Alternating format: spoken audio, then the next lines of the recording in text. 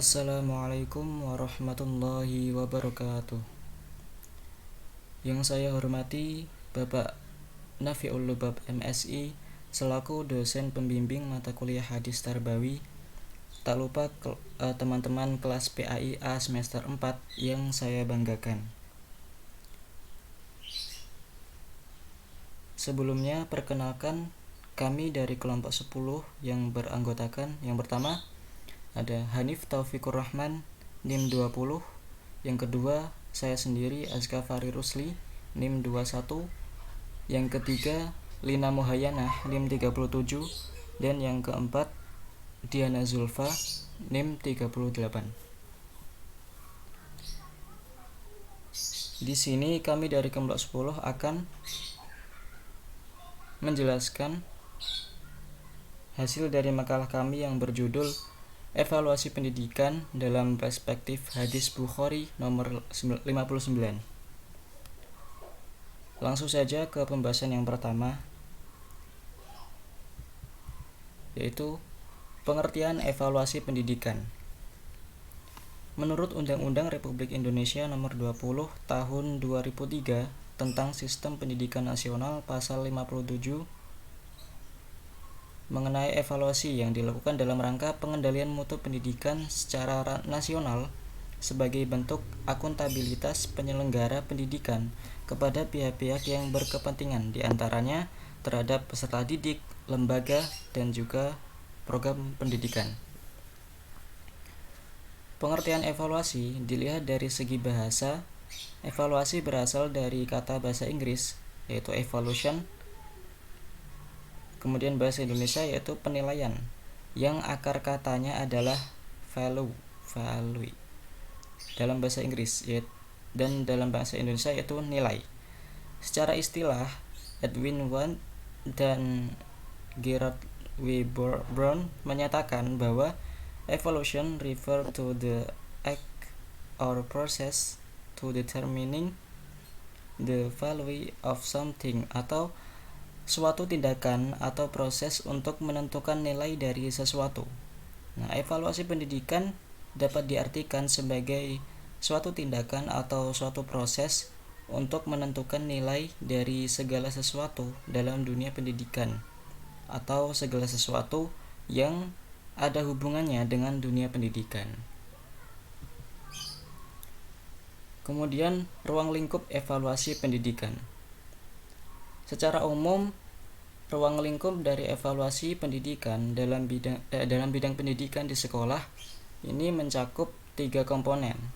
Yaitu komponen yang pertama, evaluasi mengenai program pengajaran. Nah, ini merupakan suatu rangkaian kegiatan yang dilakukan dengan sengaja untuk melihat tingkat keberhasilan program. Biasanya dilakukan bagi kepentingan pengambilan kebijaksanaan untuk menentukan kebijaksanaan selanjutnya.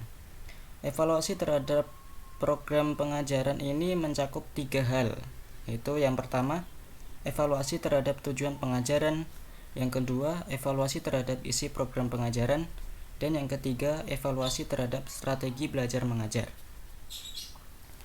Komponen yang kedua dari ruang lingkup evaluasi yaitu evaluasi mengenai proses pelaksanaan pengajaran. Nah, dalam komponen ini yaitu mencakup yang pertama, kesesuaian antara proses belajar mengajar yang berlangsung dengan garis-garis program pengajaran yang telah ditentukan. Yang kedua, kesiapan guru dalam melaksanakan program pengajaran. Yang ketiga, kesiapan siswa dalam mengikuti proses pembelajaran. Yang keempat, minat atau perhatian siswa di dalam mengikuti pelajaran dan lain sebagainya.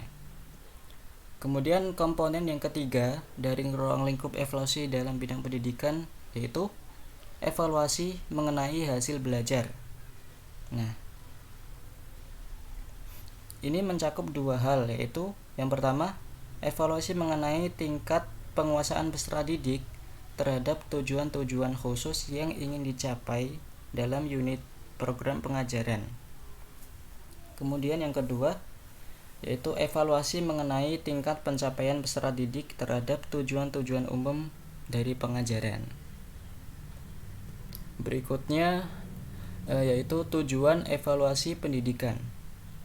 Secara umum, tujuan evaluasi dalam bidang pendidikan ini ada dua hal, yaitu yang pertama untuk menghimpun bahan-bahan keterangan yang akan dijadikan sebagai bukti mengenai taraf perkembangan atau taraf kemajuan yang dialami oleh para peserta didik.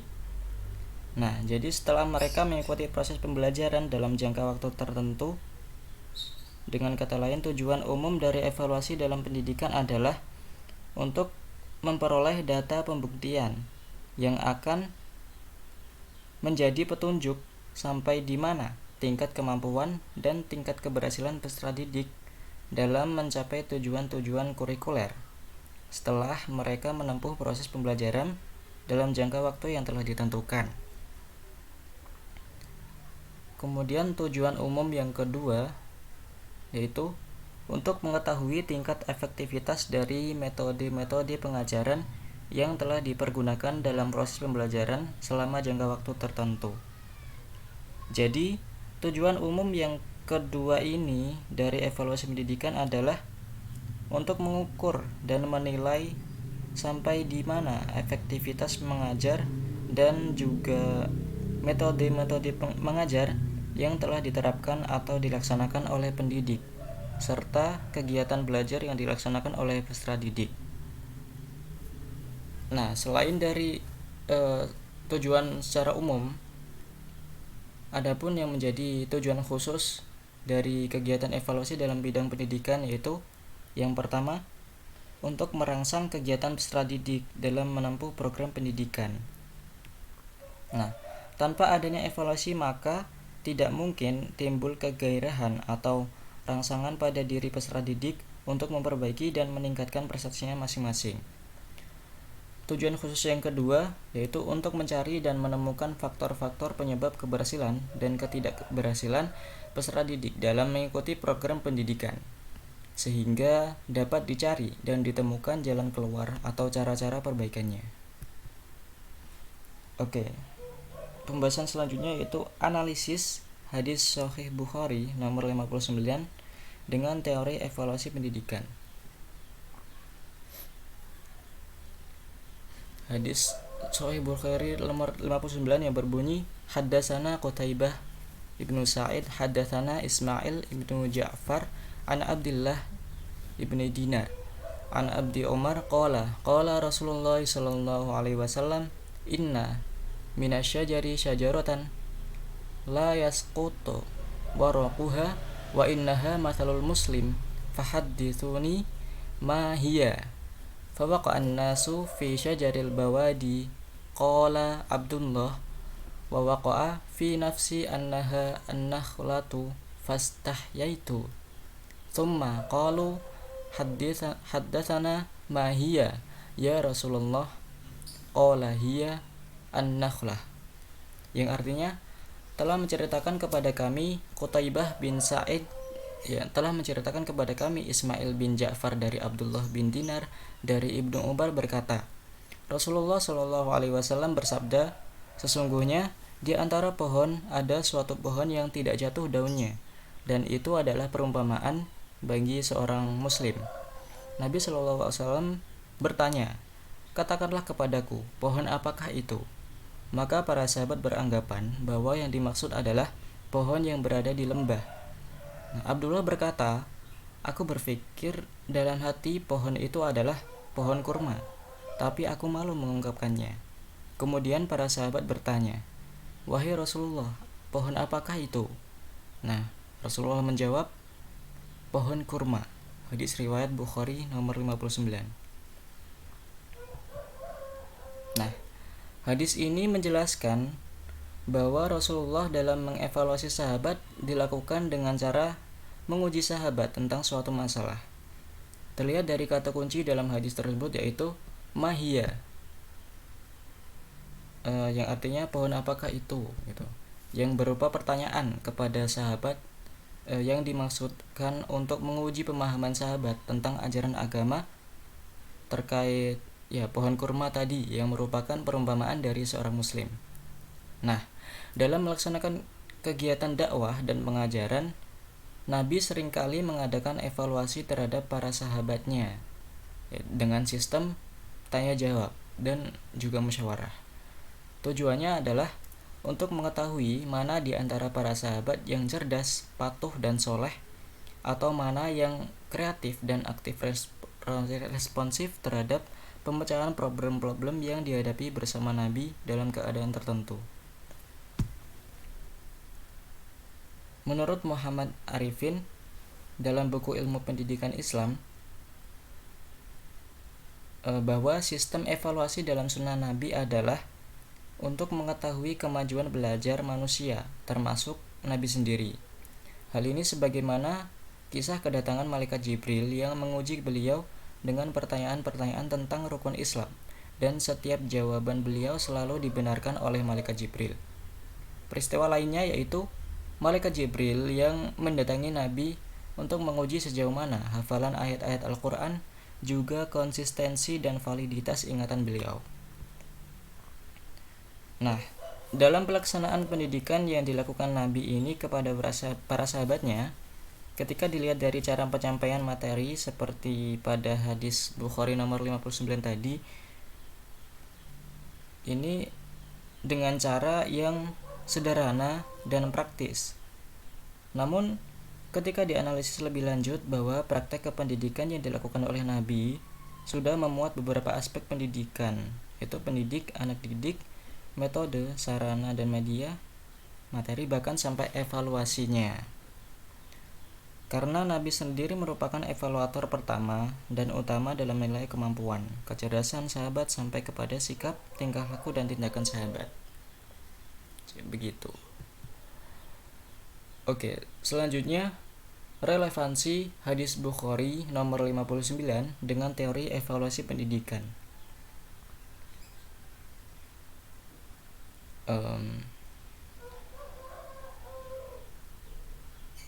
Nah, dalam ruang lingkup terbatas, evaluasi dilakukan dalam rangka mengetahui tingkat keberhasilan pendidik dalam menyampaikan materi pendidikan kepada peserta didik.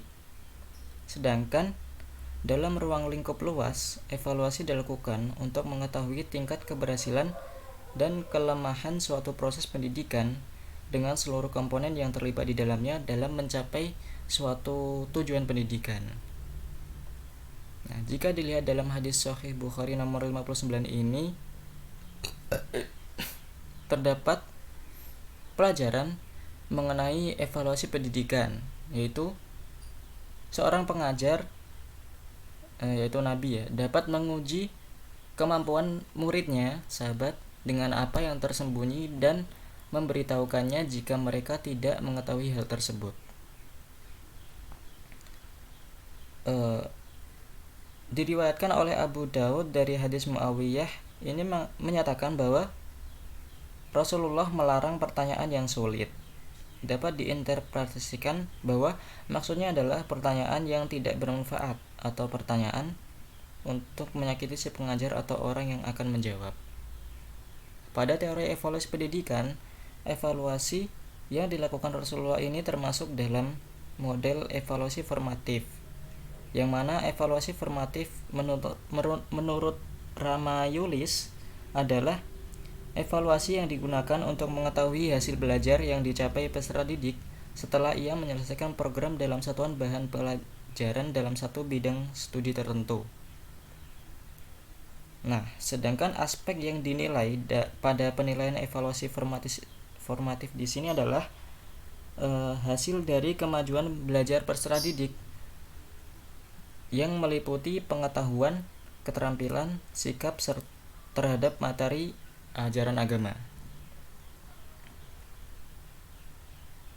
Nah, jadi secara umum sistem evaluasi pendidikan Islam oleh Allah dan Rasul-Nya yang berimplikasi pada pedagogis, yaitu untuk menguji daya kemampuan manusia beriman terhadap berbagai macam problem kehidupan yang ada.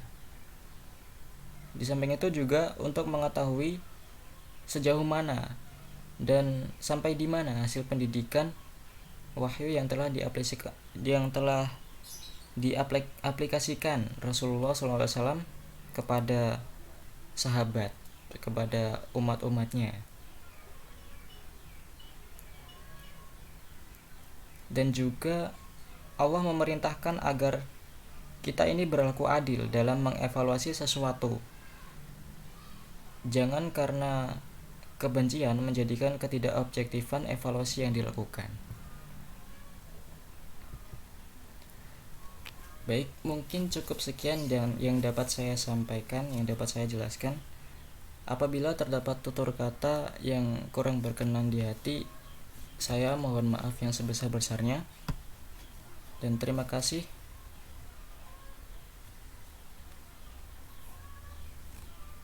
Mungkin cukup sekian. Wassalamualaikum warahmatullahi wabarakatuh.